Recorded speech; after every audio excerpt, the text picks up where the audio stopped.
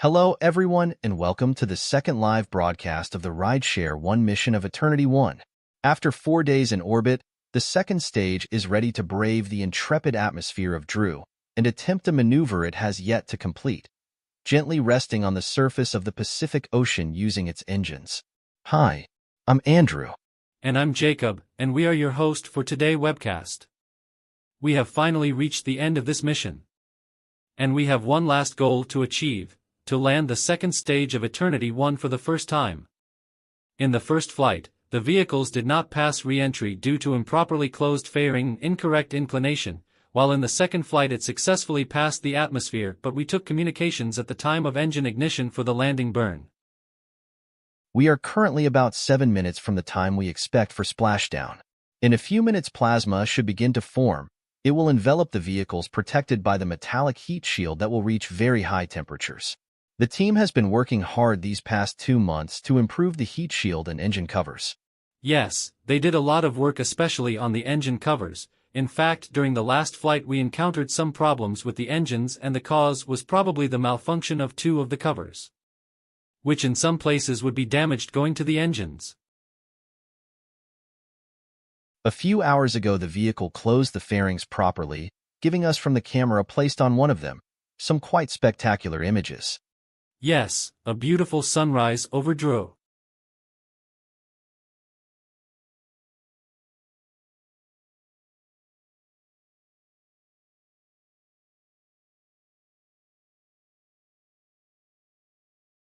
From this camera you can see one of the 4 engine covers. We placed a camera here to better observe what happens during re-entry. Also right now, if you look closely on your screen, you can see Luna in the distance. This was not agreed upon, just a fantastic coincidence. Thank you, Luna, for showing you. Let's go and summarize what has happened in this fantastic mission so far. On Saturday, December 7th, Eternity 1 lifted off the ground with the full power of its 7 engines. After completing the ascent phase, the 2 stages separated, and the booster, after completing the boost back burn, began its descent into the atmosphere. Finally, it reignited one of its engines by slowing down and landing for the first time at landing zone 1. This was an incredible goal achieved for our company. The second stage successfully arrived in orbit, completing its 2 burns. After opening the fairings, it released one by one the 6 satellites it had on board. As you can see, Juno's light is completely gone. The vehicle is completely in the night side of Droo. Very shortly, it should begin its re-entry into the atmosphere. The vehicle will have to go through 3 stages before splashdown. First, the second stage will enter the atmosphere, and we will begin to see plasma forming around the vehicle. About 2 minutes later, the vehicle will face the maximum heat phase, where the temperatures of the heat shield and engine covers will be at their highest. Toward the beginning of this phase, the plasma around the vehicle will prevent us from maintaining signal with the second stage. So don't worry if at some point we have no images or communications from the vehicle. Finally, if it passes this stage, it will have to turn on 4 of its 8 engines again to slow down and rest gently on the surface of the Pacific Ocean. SS-5 has entered the atmosphere. And we have confirmation from the flight director that the second stage has begun its descent through the atmosphere.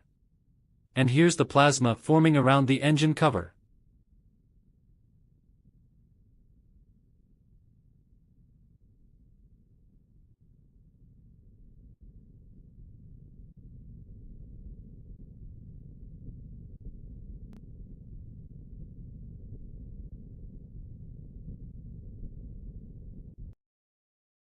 And we lost the signal, as I had already anticipated. We will lose it many times during the re-entry.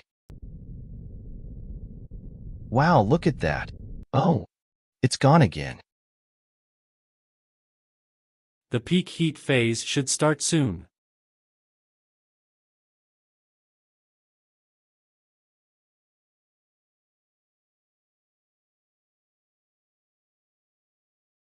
The vehicle is passing through the peak heat phase.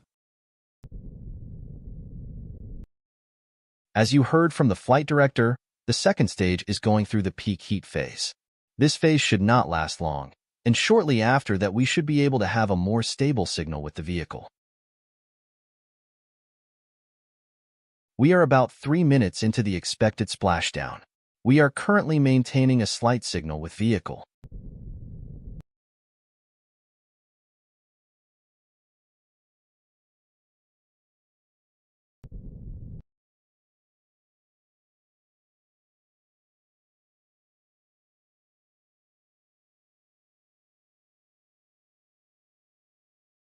SS5 has passed the peak heat phase.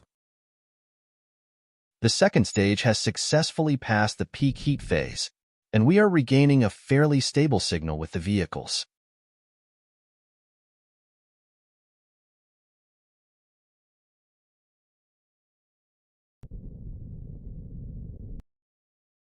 As you can see, from here a few seconds of image, the flames around the vehicle are decreasing, and here it is again.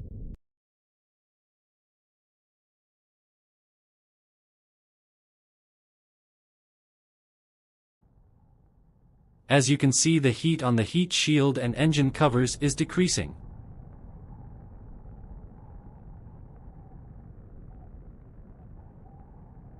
Should be just over a minute until the engines are restarted. The vehicle systems look good.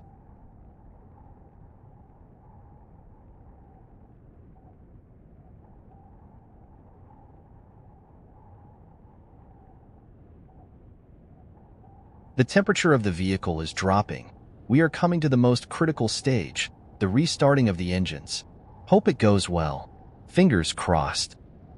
Unfortunately, we cannot put a flashlight on the side of the vehicle, so if you want to see better, we recommend increasing the brightness of your screen.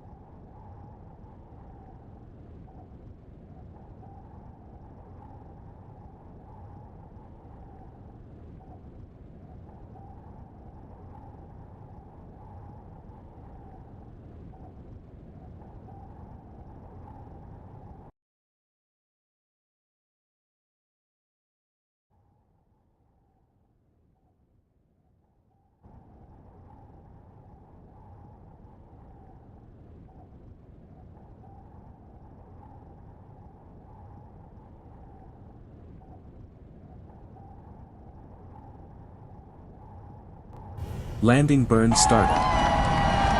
And here we go. 4 engines on. Come on, SS5.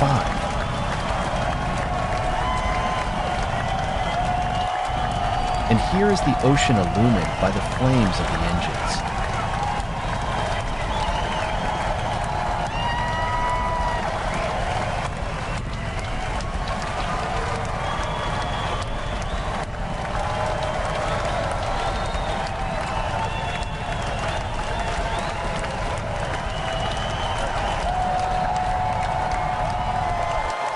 Landing burn shutdown. And we did it. The second stage, SS5, landed for the first time in the Pacific Ocean. That's insane. Congratulations to the whole Collision Space team. What a fantastic landing. And here is the camera from the buoy. Unbelievable.